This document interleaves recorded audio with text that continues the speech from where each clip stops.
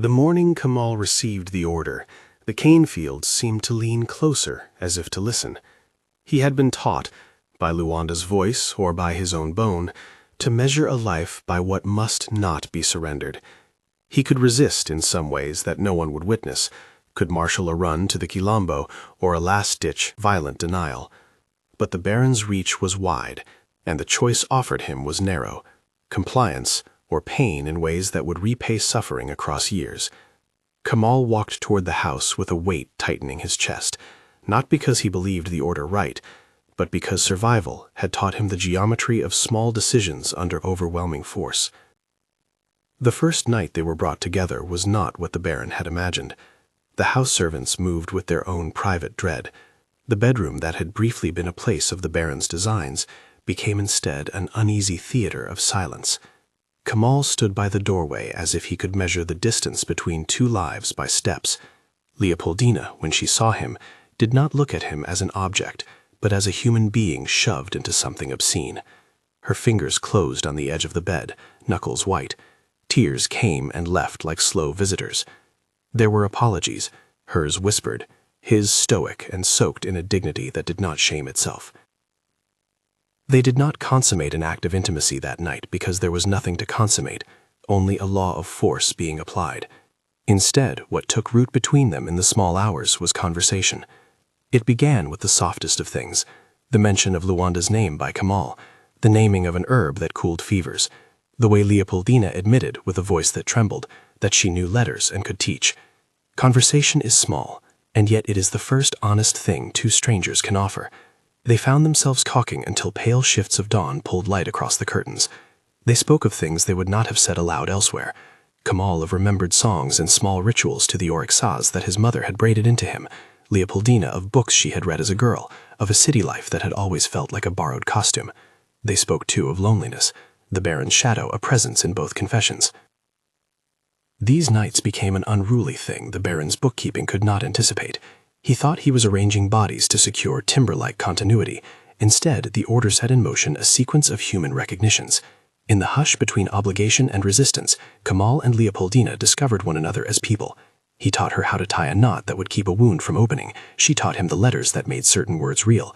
She would press a scrap of paper into his hand, the ink wavering with her shaky script, and he would trace the lines with fingers that had not learned that kind of tenderness. Things that were small in any other life became world-making: the cadence of a song, the name of a tree, a recipe for bitter tea. There were moments of gentleness that were not consent to the Baron's violence, but responses to shared human need: the quiet tending of fever, a hand held to soothe a weeping child in the quarters below, the hush of a reading lesson where a single word anchored Camal to another possible self. They read aloud to one another, and in the practice of reading, they seized a language that did not belong to the Baron. When Leopoldina pronounced a line of poetry and Camal felt it like a door opening in his ribs, he knew some interior part of him was being recognized. Recognition is dangerous in a place designed to erase it. Yet danger did not remain private. Rumor is a thing that moves like wind through cane, and one particularly hot season, the Baron noticed a change in his household. Leopoldina swelled with the unmistakable sign of pregnancy. The Baron celebrated publicly, proclaiming providence and the good sense of securing his line. He held a dinner where the whole house bowed to the appearance of success, the continuation of a name, the solution to a private terror made visible. It pleased him to assert control in such a visible way. The child would be his, the line would go on, the accounts would be balanced.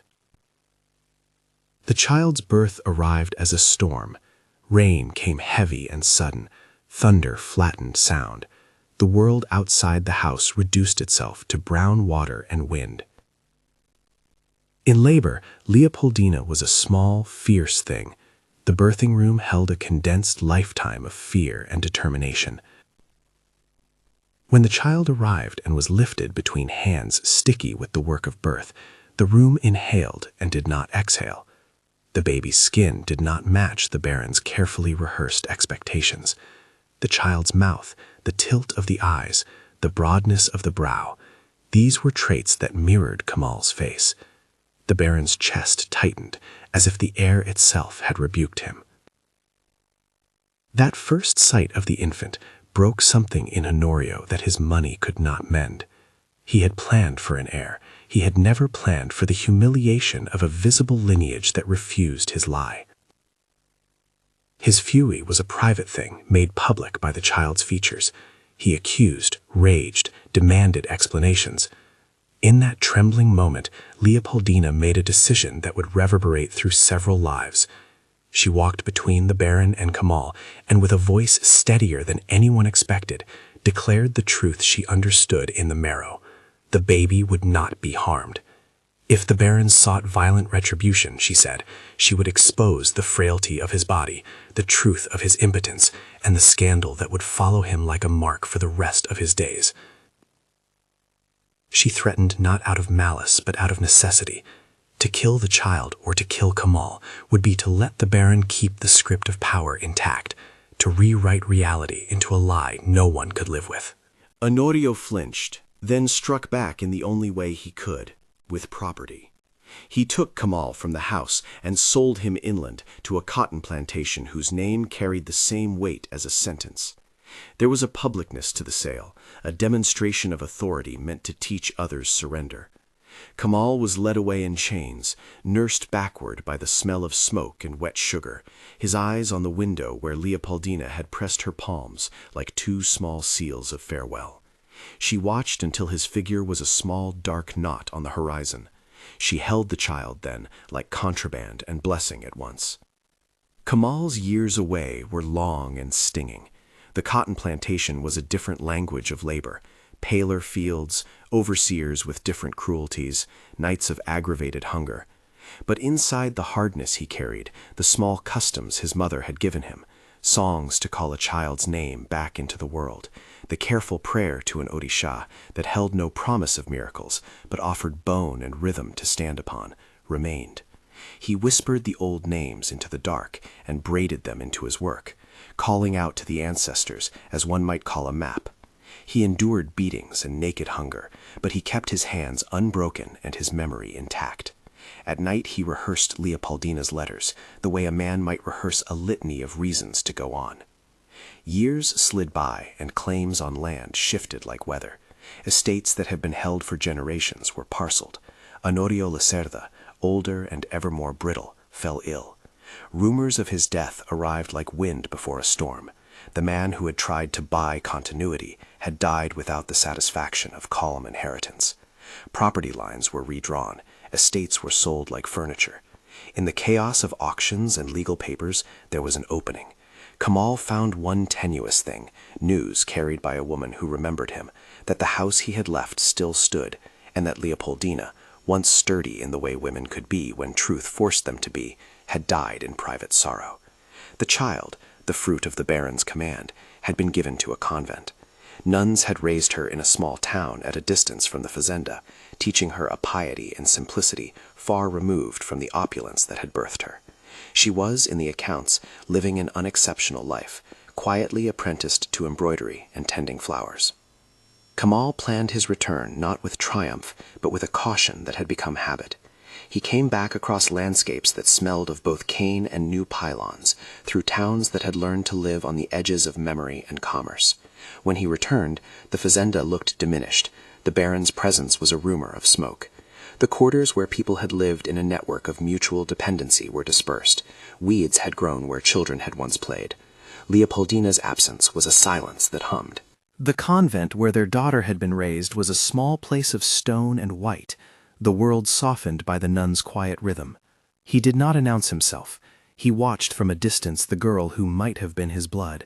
He learned her torsos by watching how she moved through the courtyard, how she tended to a courtyard basil plant, how she folded cloth with hands that knew the same economy of motion as his own.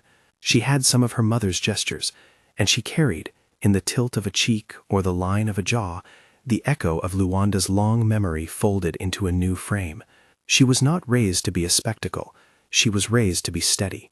Camal could have approached, could have made himself known and claimed the right that lineage might afford. He chose instead to be the shadow that watched over a life that had already been made safe by absence.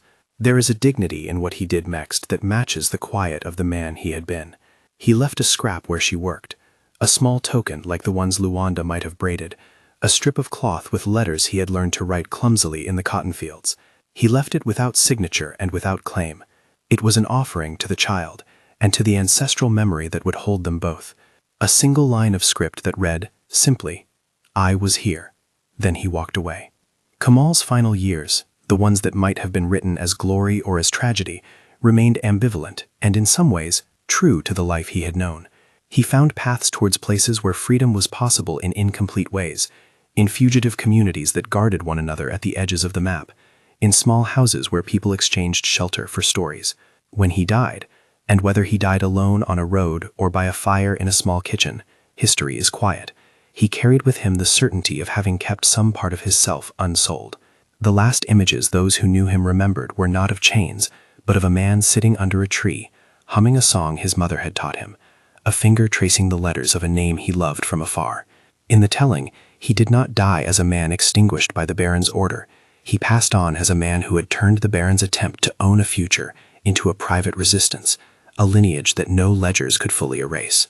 So what happens when a Baron orders a slave to impregnate his mistress? The Baron's calculation, that blood and status could be arranged by command, collapses in practice because human beings are not ledger entries. The order produces a child who bears the marks of two worlds, and who, by existing, exposes the Baron's impotence more surely than any confession. It forges a human bond between two people caught in the machinery of domination, a bond that cannot be reduced to the Baron's intent or erased by his violence. The Baron's attempt to control lineage leads instead to scandal and exile, to acts of courage that save what the Baron sought to appropriate, and to a legacy that moves quietly across generations and spaces where official documents will never record it. This is not a tidy redemption story. There is no grand justice that returns the Baron's accounts to balance, no triumphant scene where the oppressed overturn the plantation in one precise act. There are instead shards, a child's hand, a scrap of cloth, a whispered song, acts of love that are also acts of survival, a woman's courageous stand that saves a man she did not own and a child neither man fully chose, a man who gives up the chance to assert paternity so the child can live a life unburdened by a scandal he cannot unmake. There is pain and exile and the long, gnawing years of a body bent by labor. There are also moments of human recognition and tenderness, not redemptive absolution, but small resistances that keep dignity in places designed to erase it. The orishas that Camal invoked were not deus ex machina. They did not grant him riches or reverse the past. They were names spoken at dawn and dusk, ancestral stories that provided a language for perseverance. He called to them as a person might call a map, a comfort, a reminder that he was not the first to hold life in his hands. Leopoldina, for her part, acted within the confines she knew how to navigate, a woman trained to make choices that saved other people's faces at the cost of her own peace. Her courage was not omnipotent. It was the small, fierce kind that preserves a life at a time when the world tried to take it away.